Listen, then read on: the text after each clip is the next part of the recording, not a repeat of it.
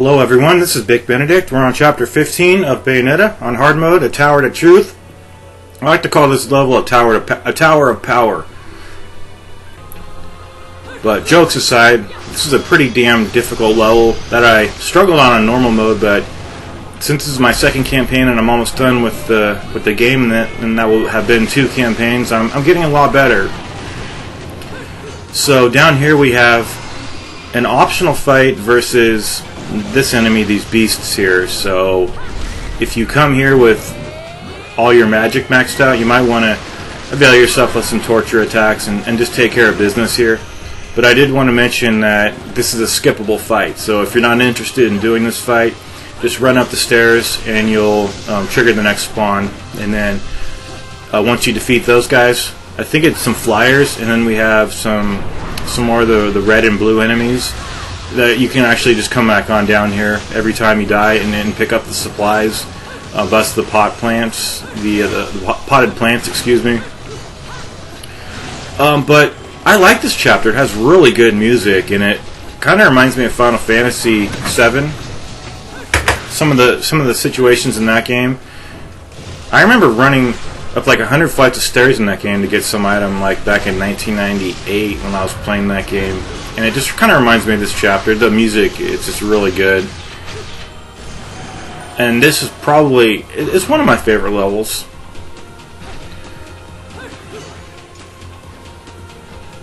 Okay, so, yes, I was just trying to, there should have been some railing down there. I was just trying to see if there's anything down there. So our next confrontation is going to be, I believe it's those flyers. So you're going to run on up here, and then you're going to have the barrier behind you, so you just want to take care of these guys. I think this is a mandatory fight. In fact, I'm pretty certain it is, because there's going to be a barrier at the top of the stairs preventing you from progressing. There's a couple of skippable fights, and I think that... Okay, I know what I did. I did the first fight, even though it's not required, and there is going to be one fight that I just skipped, because it's those gold enemies that I really detest.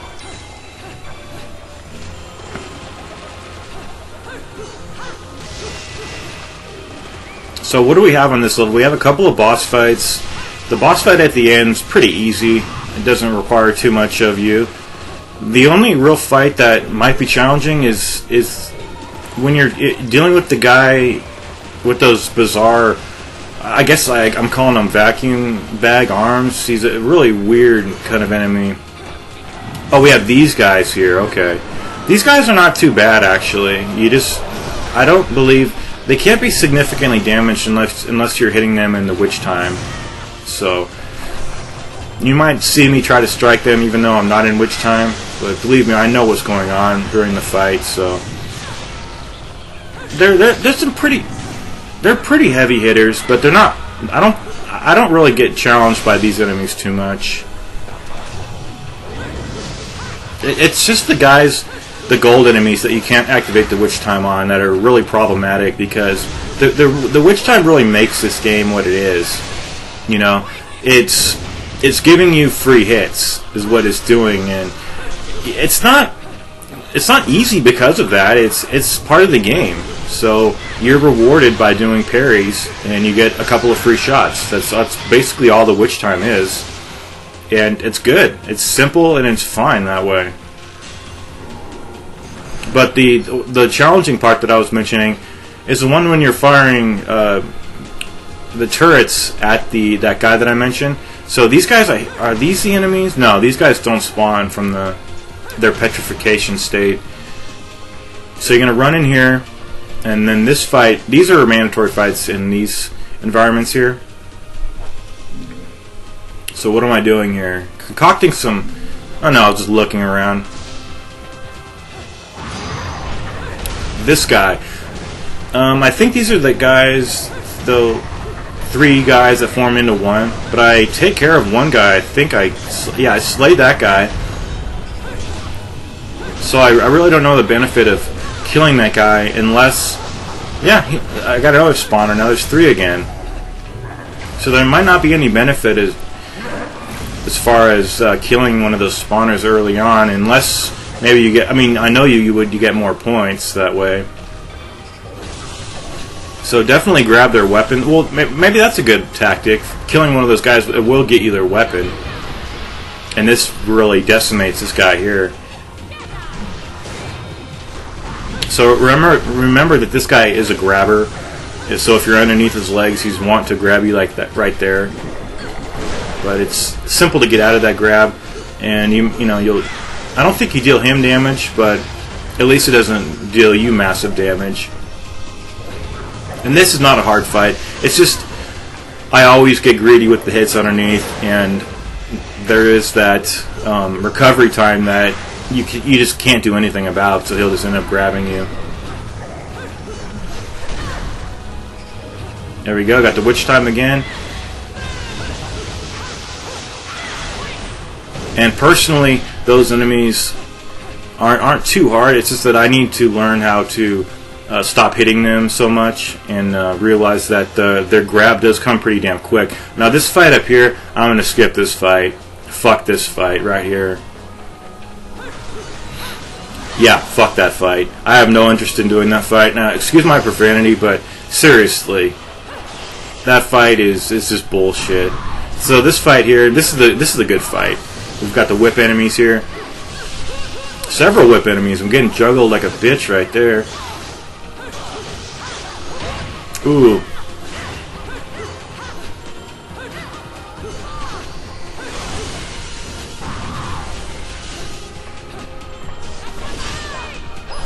Juggled again. Ah, that hurts. That really hurts. But these guys are tough. There we go. Put my foot down in that situation, literally. But what I was mentioning though back a ways was that fight with the guy with the turrets. If you just use a yellow lollipop, a couple of those, it's a manageable fight. But that fight, I haven't looked at anybody's guide because I hate doing that when I'm making a guide. Why should I be looking at people's guides? It's just, especially about this game, but that particular fight, like in this game, I know all the answers because, I mean, not literally, I mean, some of the Anheim or the Alfheim challenges, those I would have to look and to see, how the hell would you figure this out? But for basic combat, I don't need help from people about knowing how to do it because there's really no trick to it. You have all the tools at your disposal. If you need iframes, just use a yellow lollipop. It's pretty simple. And on that fight, there's really no way to deal damage to that guy except if you're on the turret. So even on normal mode, I was really just thinking to myself, this is either going to be really difficult, or if I use a yellow lollipop, it's going to be simple. But anyway, so that fight is actually coming up now. This fight up here is not skippable. And it's a two-phase fight. First with excuse me. It is mandatory, but this fight is followed by a nice checkpoint right afterwards.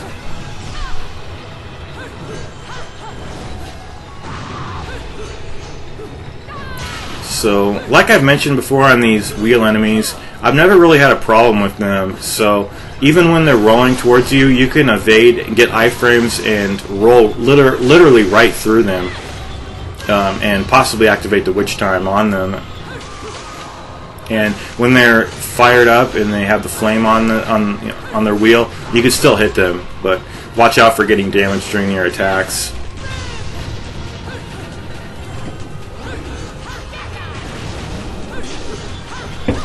Okay, so after this fight, it's these guys here.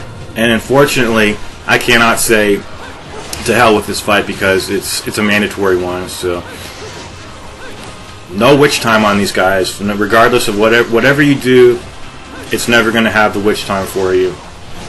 There's also a weapon in this game that you purchase or acquire, and it's going to be in your inventory. It's like a conch shell, and it's similar to like if you've ever played Shinobi and you just cast like an attack that just decimates anybody on the screen. And I've never played any third 3D Shinobis, but I played a lot of the side scrollers like Shadow Dancer. In fact, when I had my Sega Genesis, that was the first game I ever got, and it's a really challenging game. And I used to have it on my other channel, but that was back in the days when I was using a camera situated on a tripod in the living room, and anytime there was any sounds anywhere or anyone talking, it just spoiled the whole experience. So there's really nothing like doing capture footage. But the only thing about that is that when you're speaking into a microphone, any of the ambient noise around you will probably be heard, like the fucking washer that's going on in the background right now. But these enemies are almost dead, so just a couple more swipes at these guys, and then after this we'll have the turret battle. But I think there might be, in fact I'm almost sure, because I really enjoyed this chapter. I can't tell you how much I did.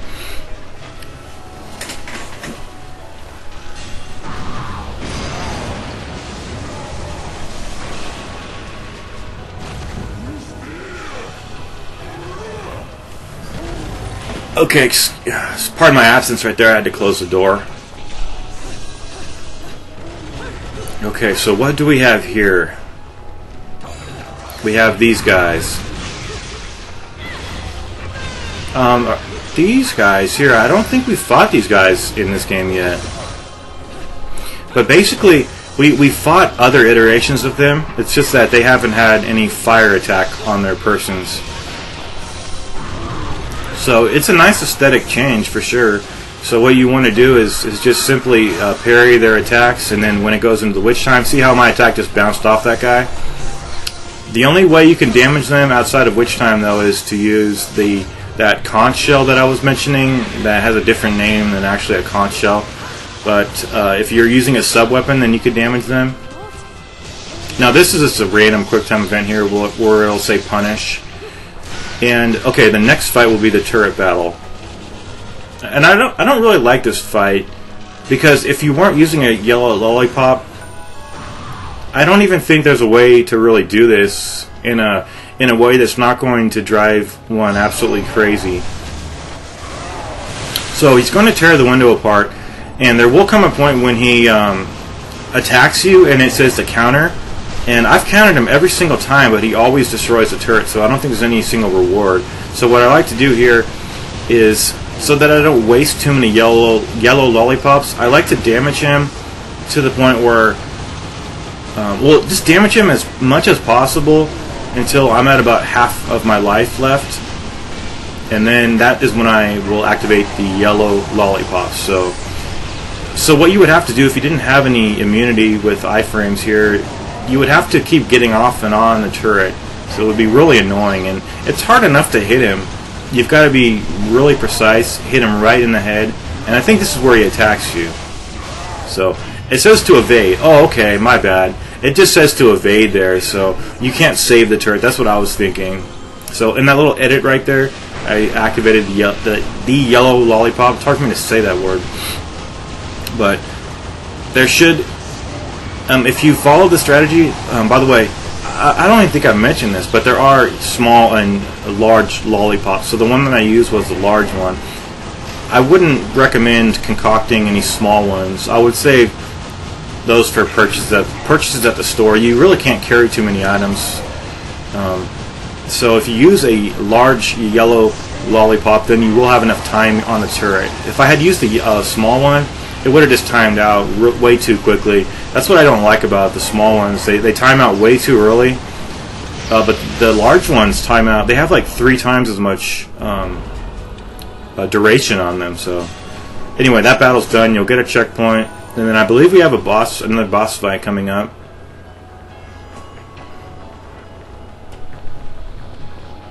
Okay, so those replenish our magic. And here is an item. Now I missed that bird, but I didn't know that if you just go back, he'll fly back to where he was. I didn't know that they did that. So actually, I was testing that earlier, and nothing really. So it's panning over to the moon right here, just indicating that you could start running on the wall. Oh, okay. Yes. I could have edited that out, but the thing is, they checkpointed right after that thing falls, so I had no choice of looking like an idiot right there getting hit. So the first elevator is going to come to the right, and then you'll want to center yourself in between these falling elevators, and then it'll trigger this boss fight here. Now this fight, we've already done this guy before, the kid with the plants, but the thing is now, it's on a slightly see how it's at an angle here, the platform itself. And the thing about this fight that I really don't like is that you see how she's stumbling? It's because every attack that these guys do, if you're not evading and getting your iframe immunity, it's going to make you stumble, and it's going to have a lot of recovery time. So not only does it damage you, but you can't hit during that animation. See all these times where her character, watch, see? Oh, I got the witch time right there. So you'll have to hit him pretty close to his head. You can't hit any further back, it won't take any damage off of him. So you just want to parry when he lunges towards you with his head. But the thing about that is, it's really hard to hit him. So if you don't get the witch time, then you're just going to be hitting him maybe one time, which is not enough. So he is indisposed at this time. So we're going to be able to run over to the actual mouth. And we've already done this before in a previous boss fight, so this should be familiar to you. And that's the end of the fight. I mean, it's pretty simple. It's just that it is kind of annoying getting stumbled so much when these guys are hitting the ground with their attacks.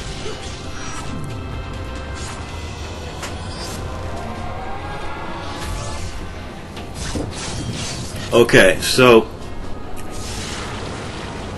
the next area that we're going to is really bizarre. I don't like it because you're going to have to do a lot of platforming, and if you fall, it's not that bad, I guess, but I don't like it. It's got this weird perspective where everything's upside down. In fact, I think it's right over here. So just hop on down here, and then you'll be able to activate not activate, but access the store over here. And that was a cutscene that I edited out. I was surprised that there wasn't a battle over in this venue. Whenever I'm surprised in that regard, though, it's in a good way, because there's just a surfeit of battles in this game. You know, just almost too many battles. I never thought I'd say that, but there is another broken witch heart near the end of the level that I don't get, but I will attempt to, if not show you where it is, at least tell you how to get it. But it's going to come after we fight the golem. This area here. So the first thing you want to do, though, is run up the ramp to our left right here. Go up it, swing on the pole, and then it will distort the gravity or something like that. It will make you be able to do this next platforming section.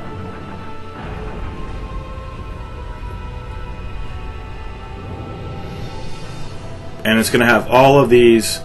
Okay, that's the goal. I never really noticed that right there, but that is the goal. That will take you to the boss of this stage. Now, before the golem, if you want to turn around, there is a book, a collectible book to get, and also a broken the witch heart. So those give you more HP, in case you're wondering. But it does take 4 of those. Also, you cannot go on the gray. Anytime you're going on the gray areas, you'll just end up falling. So you have to be on the lit up areas. So I missed that bird, but I actually did go back and get that bird. I don't know what they give you, but I don't like missing things. So the golem battle is right over here, and you'll have to excuse me, but I just use a little yellow lollipop over here. I just said to hell with it. This guy is really annoying. I don't like fighting him, and this whole area, it just gives me the creeps, because it just instills like a vertigo sense in me, and I feel like I'm gonna fall everywhere. So I just hate this area. But this is the second to last foe on this chapter. But I just want to point out that after you do this battle, you'll get a chance to just go around and collect that broken witch heart that I didn't get on camera, but I did go back and get before I finished the final boss of the chapter. And then the next chapter will be the sage. It's called the Lumen Sage, I think. And then after that, there is an epilogue that I forgot to include in my tally of chapters. So there's, instead of 16 chapters, there's actually 17. But the thing was, I combined the first 2 chapters into one, so there might actually be like 18 full chapters. Okay, so now we're doing the climax, and this is an overly long situation that is unskippable, sadly. But it will require your interaction at some point when you're tapping the X button.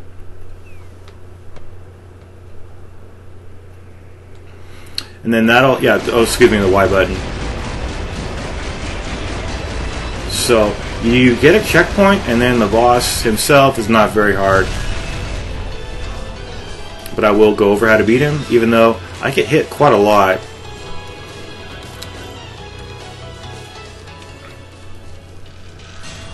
And you can parry when he's hitting you with his claws. You can parry those and activate the witch time.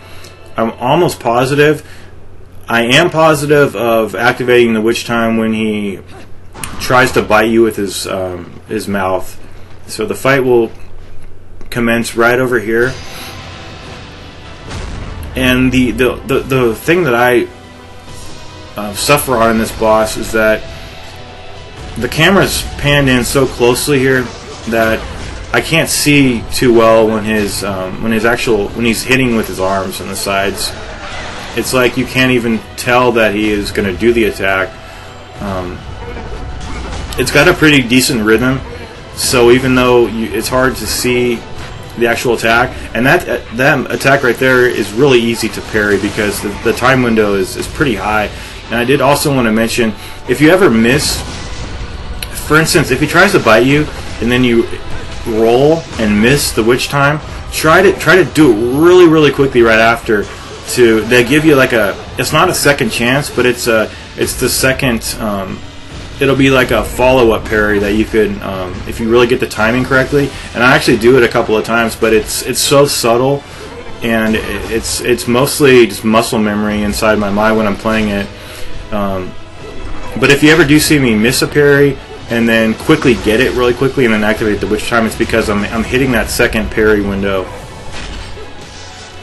And it does happen a couple of times here, but it's the only way you could possibly know that it's happening is if you see me roll and the witch time doesn't kick in, and then if it does right after that.